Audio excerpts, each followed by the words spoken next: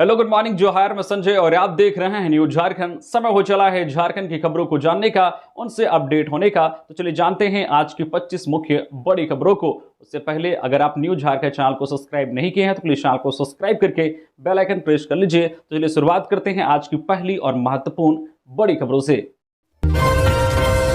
झारखंड के 4 जिलों में आज भारी बारिश की चेतावनी, बाकी जिलों में बारिश से राहत। 12 जुलाई से फिर बिगड़ेगा मौसम का मिजाज और होगी मूसलाधार बारिश। मौसम विज्ञान केंद्र ने आज गुरुवार को झारखंड के 4 जिलों खूंटी, गुमला, सिमडेगा और पश्चिमी सिंहभूम में भारी बारिश और वज्रपात की चेतावनी जारी की है। इन जिलों के लिए येलो अलर्ट घोषित किया गया है और लोगों को सावधान और सतर्क रहने की सलाह दी गई है। वहीं झारखंड के अन्य 20 जिलों में मौसम अपेक्षाकृत साफ रहने की संभावना है। हालांकि कहीं कहीं हल्की बारिश हो सकती है और आकाश में आंशिक रूप से बादल छाए रहेंगे। मौसम विज्ञान केंद्र अभिषेक आनंद के अनुसार 10 और 11 जुलाई को झारखंड में बारिश से थोड़ी राहत मिल सकती है। इसके बाद 12 जुलाई से एक बार फिर राज्य में साइक्लोनिक सर्कुलेशन सक्रिय होगा, जिससे राज्य के अधिकांश हिस्सों में भारी बारिश होने की संभावना है। इधर पिछले 24 घंटे के दौरान झारखंड के कई क्षेत्रों में हल्के से लेकर मध्यम तो कई क्षेत्रों में भारी बारिश रिकॉर्ड की गई है। जमशेदपुर में आज बंद रहेंगे सभी स्कूल। भारी बारिश की संभावना को देखते हुए डीसी ने दिया आदेश। मानसून के सक्रिय होते ही इसका असर भी अब दिखने लगा है।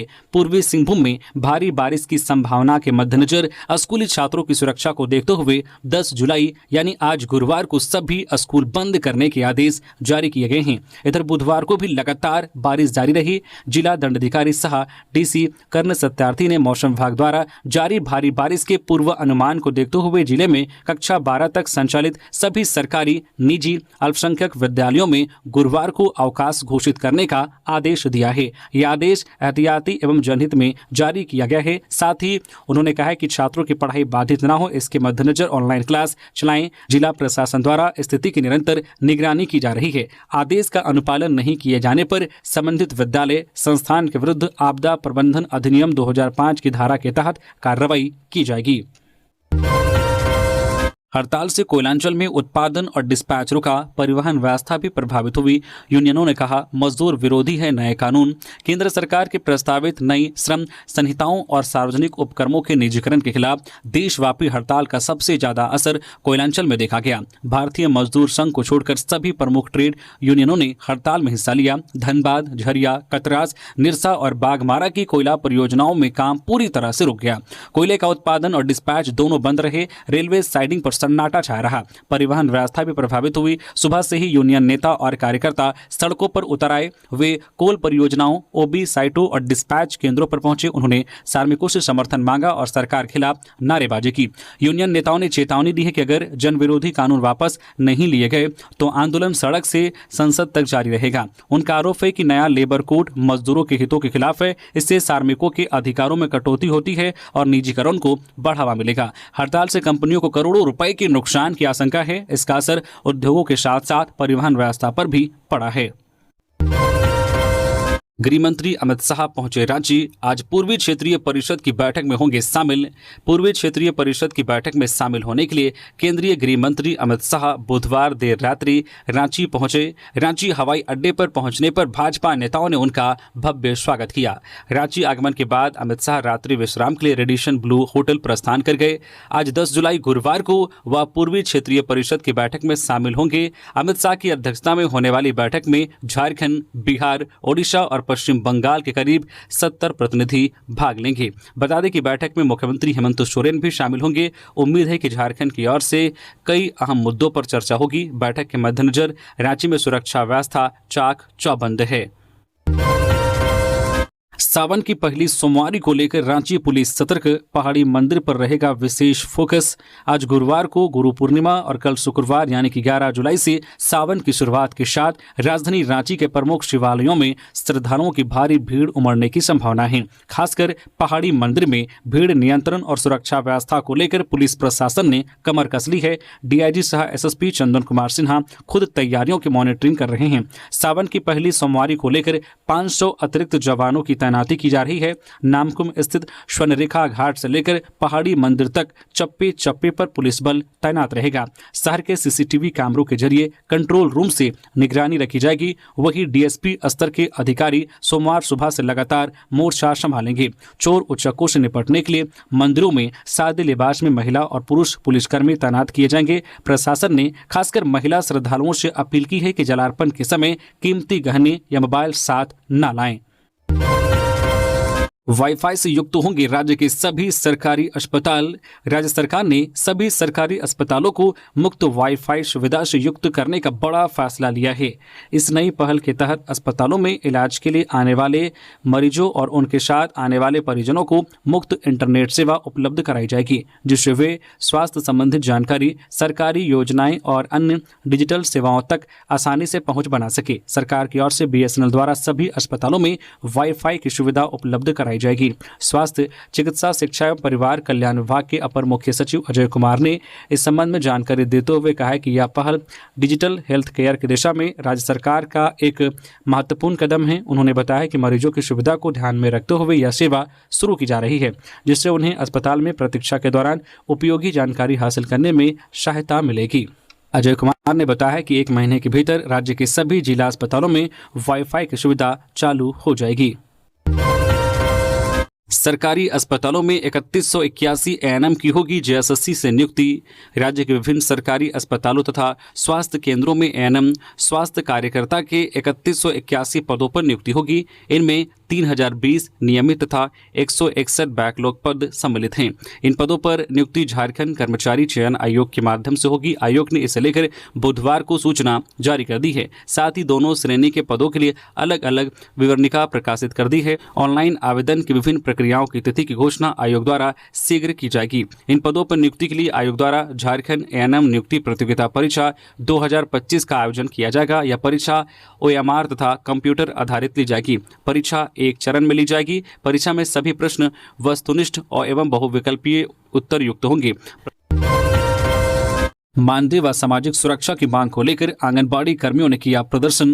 केंद्र सरकार से 26,000 मासिक मानदेय और सामाजिक सुरक्षा की मांग को लेकर सैकड़ों आंगनबाड़ी सेविकाएं और सहायिकाएं सड़कों पर उतरी। झारखंड प्रदेश आंगनबाड़ी वर्कर्स यूनियन के बैनर तले यह प्रदर्शन समाहरणालय से शुरू होकर राजभवन तक पैदल मार्च के रूप में आयोजित किया गया। मार्च के बाद राजभवन के समक्ष एक सभा का आयोजन किया गया, जिसमें कार्यकर्ताओं ने अपनी मांगों को बुलंद आवाज में रखा। सभा को संबोधित करते हुए जिला अध्यक्ष रेशमा केरकेट्टा ने कहा है कि हम आंगनबाड़ी केंद्रों में बच्चों की पहली पाठशाला की भूमिका निभाते हैं। हम केवल अक्षर ज्ञान ही नहीं देते, बल्कि पोषण, स्वास्थ्य और विभिन्न सरकारी योजनाओं को घर घर पहुंचाने का काम करते हैं। इसके बावजूद हमें मात्र 4500 रुपये मानदेय दिया जाता है, जो बेहद अपमानजनक है। हमारी मांग है कि इसे बढ़ाकर 26,000 रुपये किया जाए और हमें सामाजिक सुरक्षा की सुविधाएं भी प्रदान की जाएं।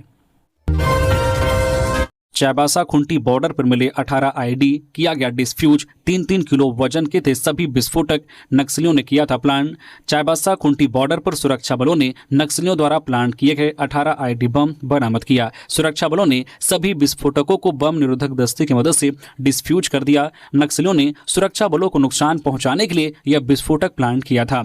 सभी आईडी का वजन 3-3 किलो का था। डिस्फ्यूज के दौरान जोरदार धमाके की आवाज दूर दूर तक सुनी गई। दरअसल चाईबासा खुंटी जिला पुलिस ने सुरक्षा बलों के साथ मिलकर भाकपा माओवादी नक्सलियों की बड़ी साजिश को नाकाम कर दिया है। पुलिस और सुरक्षा बलों ने अड़की थाना के कोचांग के पास जंगली पहाड़ी क्षेत्र में सुरक्षा बलों को नुकसान पहुंचाने के लिए नक्सलियों द्वारा प्लांट किए गए 18 आईडी बमों को बरामद कर नष्ट कर दिया। नक्सलियों ने पुलिस और सुरक्षा बलों के अभियान को रोकने और उन्हें निशाना बनाने के लिए आईडी बम प्लांट किया था। चाईबासा और खुंटी जिला पुलिस ने झारखंड जगफार और सीआरपीएफ के साथ ज्वाइंट ऑपरेशन चलाकर आईडी बमों को बरामद कर नष्ट कर दिया। शराब की 1255 दुकानें हस्तांतरित, 285 में बिक्री शुरू। उत्पाद विभाग ने 1354 शराब की दुकानों में 9 जुलाई तक कुल 1255 दुकानों के हस्तांतरण का काम पूरा कर लिया है। साथ ही हस्तांतरण के बाद बंद दुकानों में से 285 में शराब की बिक्री शुरू करा दी है।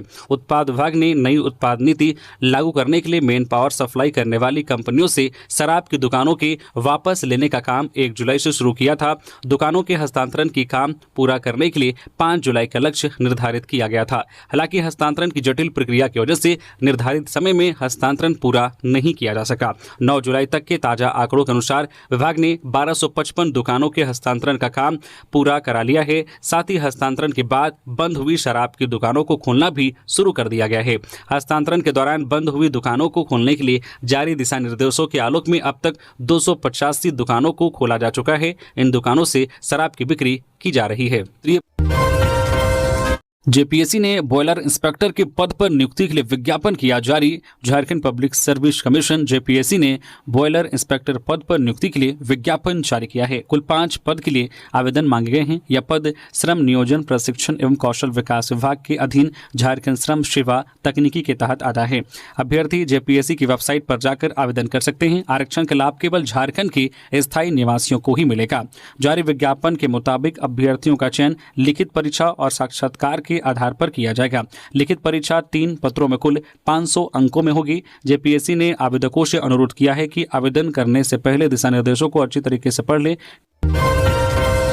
श्रद्धालुओं के स्वागत के लिए तैयार है बासुकीनाथ धाम। आज 10 जुलाई को श्रम नियोजन मंत्री करेंगे उद्घाटन। विश्व प्रसिद्ध श्रावणी मेला 2025 का 11 जुलाई को आगाज हो रहा है। राज्य के श्रावणी मेला महोत्सव 2025 की तैयारियां पूरी हो चुकी है। 10 जुलाई यानी आज गुरुवार आषाढ़ पूर्णिमा को झारखंड के उद्योग और श्रम नियोजन मंत्री संजय प्रसाद यादव 1 माह तक चलने वाले इस श्रावणी मेले का विधिवत उद्घाटन करेंगे। यह जानकारी दुमका उपायुक्त अभिजीत सिन्हा ने दी। इस अवसर पर संथाल परगना के आयुक्त, आईजी, डीआईजी के साथ दुमका उपायुक्त और एसपी मौजूद होंगे। बिहार चुनाव और श्रावणी मेले को लेकर अलर्ट। शराब और मादक पदार्थों के कारोबार पर रोक लगाने के निर्देश। बिहार में होने वाले विधानसभा चुनाव और श्रावणी मेले के दौरान मादक पदार्थों और अवैध शराब की तस्करी पर ब्रेक लगाने के लिए झारखंड पुलिस मुख्यालय द्वारा राज्य के सभी जिलों के एसएसपी, एसपी को अलर्ट जारी किया गया है। आईजी अभियान के द्वारा इस संबंध में सभी जिलों के एसपी को पत्र भेजा गया है। पुलिस मुख्यालय के द्वारा जारी किए गए पत्र में यह बताया गया है कि आगामी श्रावणी मेला और बिहार विधानसभा चुनाव को स्वच्छ, निष्पक्ष और शांतिपूर्ण संपन्न करवाने को लेकर अवैध शराब और मादक पदार्थों के निर्माण, व्यापार, परिवहन और तस्करी की रोकथाम के लिए सभी तरह की निरोधात्मक कार्रवाई करें। यह निर्देश सभी जिलों के एसपी को दिया गया है। पत्र में 11 बिंदुओं पर कार्रवाई करने का निर्देश दिया गया है। सांसद तीर्थ दर्शन महाअभियान। पेटों से तीसरा जत्था वाराणसी, प्रयागराज, अयोध्या और विंध्याचल के लिए हुआ रवाना। हजारीबाग लोकसभा क्षेत्र के सांसद मनीष जायसवाल के द्वारा शुरू किए गए महत्वाकांक्षी सांसद तीर्थ दर्शन महाअभियान के तहत तीर्थ यात्रियों का तीसरा जत्था बुधवार को बड़कागांव विधानसभा क्षेत्र के केरेडारी प्रखंड अंतर्गत पेटो पंचायत से धूमधाम से रवाना हुआ। इस यात्रा को लेकर तीर्थ यात्रियों में जबरदस्त उत्साह देखा गया। पेटो स्थित दुर्गा मंदिर प्रांगण से शुरू हुई इस पावन यात्रा को सांसद मनीष जायसवाल और बड़कागांव विधायक रोशन लाल चौधरी ने हरी झंडी दिखाकर रवाना किया। सांप के डसने से व्यक्ति की मौत। परिजनों ने अस्पताल की जगह ले गए झाड़ फूंक के लिए, हालत बिगड़ने पर पहुंचाया हॉस्पिटल। गुमला जिले में सर्पदंश से एक व्यक्ति की मौत का अजीब मामला सामने आया है।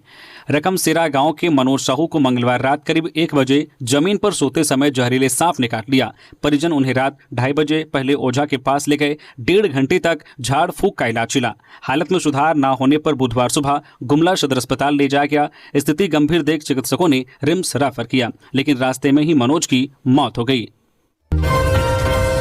चारा घोटाला में लालू यादव की सजा बढ़ाने की मांग। सीबीआई की याचिका झारखंड हाई कोर्ट में मंजूर। आरजेडी सुप्रीमो को 3.5 साल की हुई थी सजा। चारा घोटाले से जुड़े एक मामले में झारखंड हाई कोर्ट में सीबीआई ने उनकी सजा बढ़ाने की मांग की है। इसको लेकर जांच एजेंसी ने कोर्ट में याचिका दायर की थी। बुधवार को सुनवाई के बाद सीबीआई की याचिका को कोर्ट ने स्वीकार कर लिया है। जस्टिस रंगन मुखोपाध्याय और जस्टिस अंबुजनाथ की खंडपीठ ने सीबीआई की याचिका को सुनवाई के लिए स्वीकार किया है। सीबीआई की तरफ से लालू प्रसाद यादव, बेक जूलियस और सुधीर कुमार भट्टाचार्य की सजा को बढ़ाए जाने की मांग की गई है। इससे पहले निचली अदालत ने इन लोगों को 3.5 साल की सजा सुनाई थी। सीबीआई इस मामले में अधिकतम सजा की मांग कर रही है। यह मामला देवघर कोषागार से अवैध निकासी से जुड़ा है। पश्चिमी सिंहभूम में टाटा मैजिक में सवार 6 लोग घायल, बिजली का तार टूटकर सड़क पर गिरा, वाहन से टकराने से हुआ हादसा। पश्चिमी सिंहभूम जिले के कराईकेला थाना क्षेत्र में एक हादसा सामने आया है। जोमरो गांव में सड़क पर गिरे बिजली के तार से करंट का झटका लगने से 6 मजदूर घायल हो गए। घटना उस समय हुई जब करीब 30 मजदूर टाटा मैजिक मालवाहक गाड़ी में सवार होकर धान रोपाई के लिए जा रहे थे। इसी दौरान वाहन तार की चपेट में आ गया। हादसे में 3 महिलाएं और 3 पुरुष घायल हुए हैं। सभी घायलों को चक्रधरपुर अनुमंडल अस्पताल में भर्ती कराया गया है। घायल बालेन पूर्ति ने बताया कि वे दूसरे गांव में धान रोपनी करने जा रहे थे। इस दौरान वे बिजली के तार की चपेट में आ गए। एक अन्य घायल अभिराज पूर्ति ने बताया कि अचानक तार गिरने से उन्हें झटका लगा और वे घायल हो गए। दिल्ली के गंगाराम अस्पताल जाकर राहुल गांधी ने लिया गुरुजी का हालचाल। लोकसभा में प्रतिपक्ष के नेता राहुल गांधी बुधवार को गंगाराम अस्पताल जाकर इलाजरत झामुमो सुप्रीमो शाह पूर्व मुख्यमंत्री शिबू सोरेन का हालचाल लिया। मुख्यमंत्री हेमंत सोरेन से मुलाकात की, उनके साथ बातचीत की। इस अवसर पर झामुमो विधायक कल्पना सोरेन भी उपस्थित थी। राहुल गांधी ने हेमंत सोरेन और कल्पना सोरेन से गुरुजी के स्वास्थ्य के बारे में जानकारी ली, साथ ही गुरुजी के शीघ्र स्वस्थ होने की कामना की। मालूम हो कि शिबू सोरेन 19 जून से गंगाराम अस्पताल में भर्ती हैं। हजारीबाग में लगेगा फुटबॉल का महाकुंभ, 1500 टीम लेंगी हिस्सा। हजारीबाग में सांसद खेल महोत्सव के तहत नमो फुटबॉल टूर्नामेंट का आयोजन हो रहा है। कहा जाए तो हजारीबाग में फुटबॉल का महाकुंभ आने वाला है, जो 75 दिनों तक दिखेगा। 22 प्रखंड में यह आयोजन होने जा रहा है, जिसमें लगभग 1500 टीम, 22,500 खिलाड़ी, 250 रेफरी और 1475 मैच होंगे। हजारीबाग सांसद मनीष जायसवाल की निजी प्रयास से यह आयोजन पिछले 2016 से लगातार हो रहा है। हजारीबाग में 16 जुलाई से नमो फुटबॉल टूर्नामेंट शुरू होगा, जो 75 दिनों तक चलेगा। 16 जुलाई को रामगढ़ के गोला और हजारीबाग के जोदाढ़ी पंचायत से इस टूर्नामेंट का आयोजन होगा। मैच में सभी खिलाड़ियों को टी शर्ट उपलब्ध कराया जाएगा। वही विजेता को 25,000 रुपए का पुरस्कार और शील्ड दिया जाएगा। वही उप विजेता को 15,000 रुपए के साथ शील्ड दिया जाएगा। इसके अलावा बेस्ट गोलकीपर, सबसे अधिक गोल करने वाले खिलाड़ी और सर्वश्रेष्ठ टीम को भी पुरस्कार दिया जाएगा। झारखंड के इस गांव में पहली बार पहुंची बिजली, मंत्री इरफान अंसारी ने दिया विकास का उजाला। झारखंड के जामताड़ा में एक गांव है केंदबोना। यहां आजादी के बाद से बिजली नहीं पहुंची थी, लेकिन स्वास्थ्य मंत्री इरफान अंसारी गांव में बिजली पहुंचाकर ग्रामीणों को विकास का उजाला दिया। इसकी जानकारी स्वास्थ्य मंत्री इरफान अंसारी ने अपने सोशल मीडिया हैंडल एक्स के जरिए शेयर की।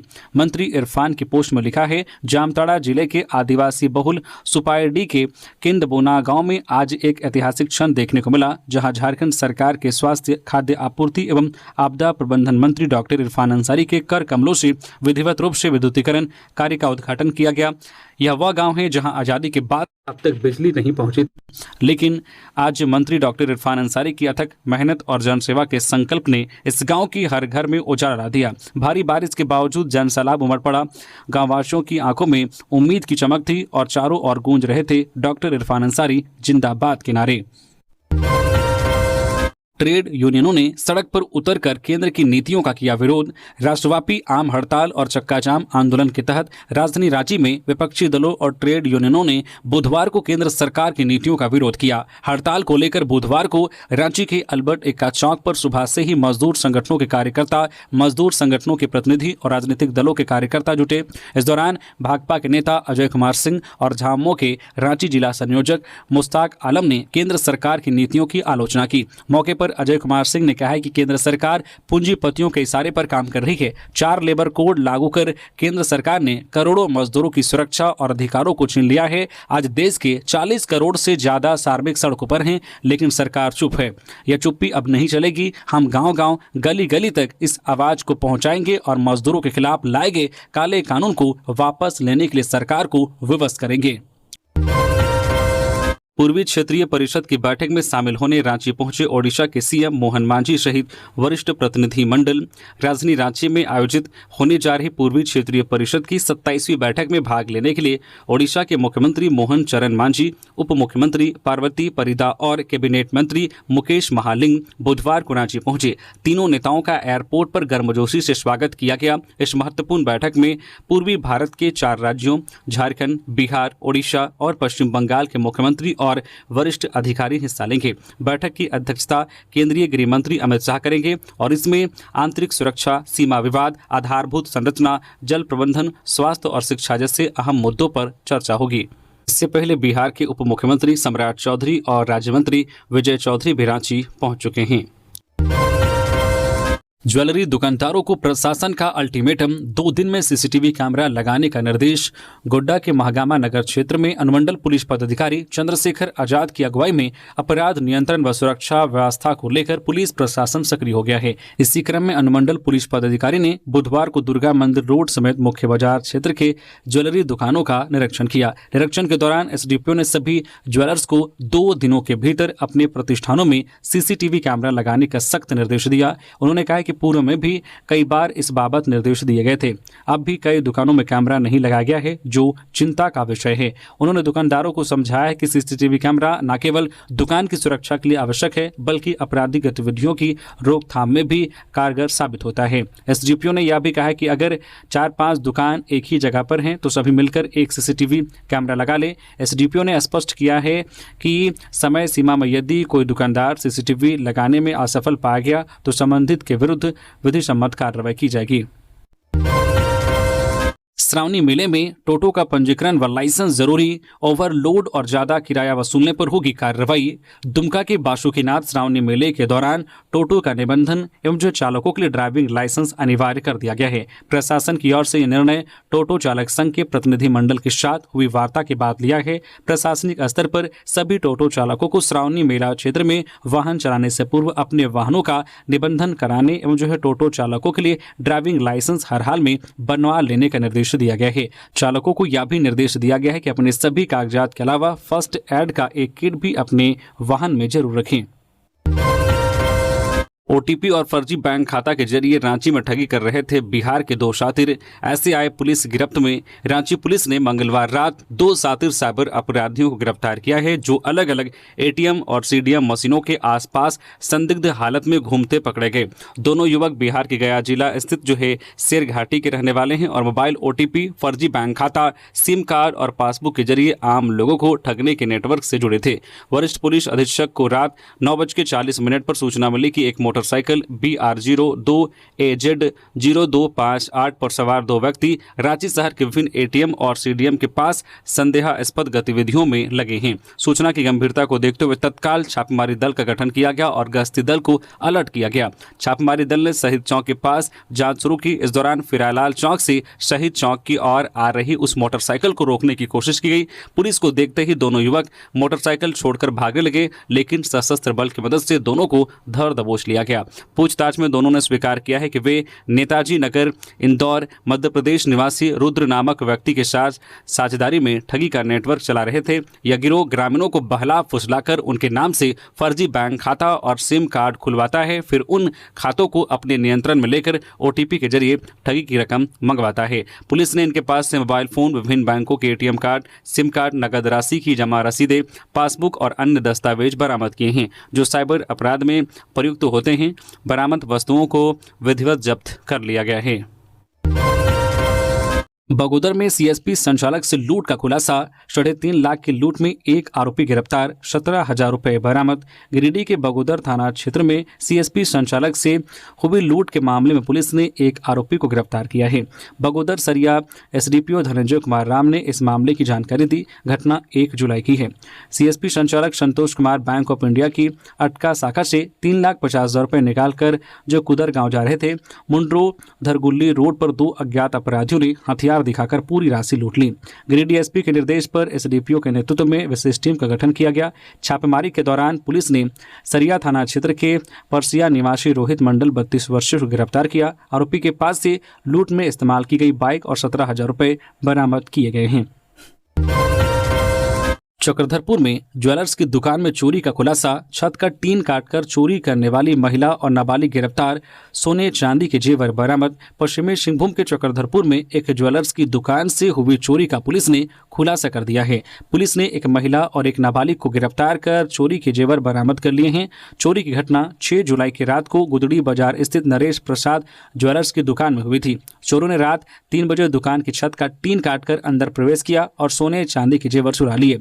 घटना दुकान में लगे सीसीटीवी कैमरे में कैद हो गई। चक्रधरपुर थाना में एसडीपीओ शिवम प्रकाश ने बताया है कि सीसीटीवी फुटेज के आधार पर छापेमारी की गई। पुलिस ने सरायकेला खारसवा थाना कुचाई के पुतुल पीर की रहने वाली 21 वर्षीय स्मृति बांदिया और एक नाबालिग लड़की को जो आरपी कॉलोनी से गिरफ्तार किया। दोनों की निशानदेही पर चोरी के जेवर बरामद कर लिए गए हैं। आरोपियों को न्यायिक हिरासत में जेल भेज दिया गया है। हजारीबाग के अल्पिटो पंचायत की मुखिया सुमिता देवी निलंबित। वित्तीय अनियमितता के गंभीर आरोप। जिला प्रशासन की अनुशंसा के बाद बिशुनगढ़ प्रखंड की अल्पिटो पंचायत की मुखिया सुमिता देवी को पद से निलंबित कर दिया गया है। पंचायत राज विभाग द्वारा जारी आदेश में कहा गया है कि सुमिता देवी और उनके पति धनेश्वर यादव द्वारा मनरेगा 15वें वित्त आयोग तथा अन्य योजनाओं में जो है नियम विरुद्ध तरीके से क्रियान्वयन कराया गया। इस क्रम में गंभीर वित्तीय अनियमितताएं पाई गई, जिसके आधार पर यह कार्रवाई की गई है। कोडरमा डीसी ने स्कूल में मिड डे मील किया टेस्ट। डुमरडीहा के +2 स्कूल में मिली कई खामियां, शिक्षकों का वेतन रोका। कोडरमा डीसी ऋतुराज ने बुधवार को पीएम श्री राजकीय उत्क्रमित +2 उच्च विद्यालय डुमरडीहा का औचक निरीक्षण किया। उन्होंने मध्याह्न भोजन का स्वयं स्वाद चख कर गुणवत्ता की जांच की। भोजन निर्धारित मेन्यू के अनुरूप नहीं था और गुणवत्ता भी संतोषजनक नहीं पाई गई।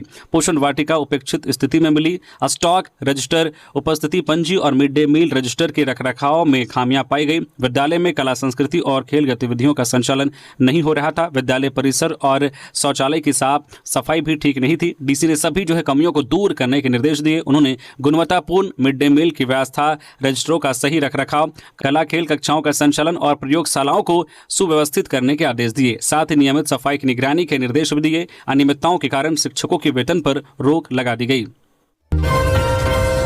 कंस्ट्रक्शन साइट पर फायरिंग के बाद पुलिस एक्शन में। रेलवे निर्माण स्थल पर बढ़ाई गई सुरक्षा। आजाद सरकार और राहुल दुबे गिरोह पर कसेगा शिकंजा। पलामू जोन की पुलिस ने अपराधी गिरोह के आजाद सरकार और राहुल दुबे के खिलाफ कार्रवाई शुरू कर दी है। पलामू के सदर थाना क्षेत्र के सिंगर खुर्द में नेशनल हाईवे 39 पर हुई फायरिंग में एक मजदूर घायल हुआ था। इस घटना की जिम्मेदारी आजाद सरकार गिरोह ने सोशल मीडिया पर ली थी। लातेहार के फुलबसिया में रेलवे कंस्ट्रक्शन साइट पर भी फायरिंग की घटना हुई थी। इसमें राहुल दुबे गिरोह का हाथ पाया गया है। पलामू के जोनल आईजी सुनील भास्कर ने दोनों निर्माण स्थलों का दौरा किया। उनके साथ पलामू रेंज के डीआईजी नौशाद आलम भी मौजूद थे। पुलिस ने सुरक्षा के कड़े इंतजाम किए हैं। नेशनल हाईवे के निर्माण स्थल पर सीसीटीवी कैमरे लगाए जा रहे हैं। मजदूरों के कैंप को सुरक्षित स्थान पर शिफ्ट किया गया है। रेलवे निर्माण स्थल पर भी सुरक्षा बढ़ाई गई है।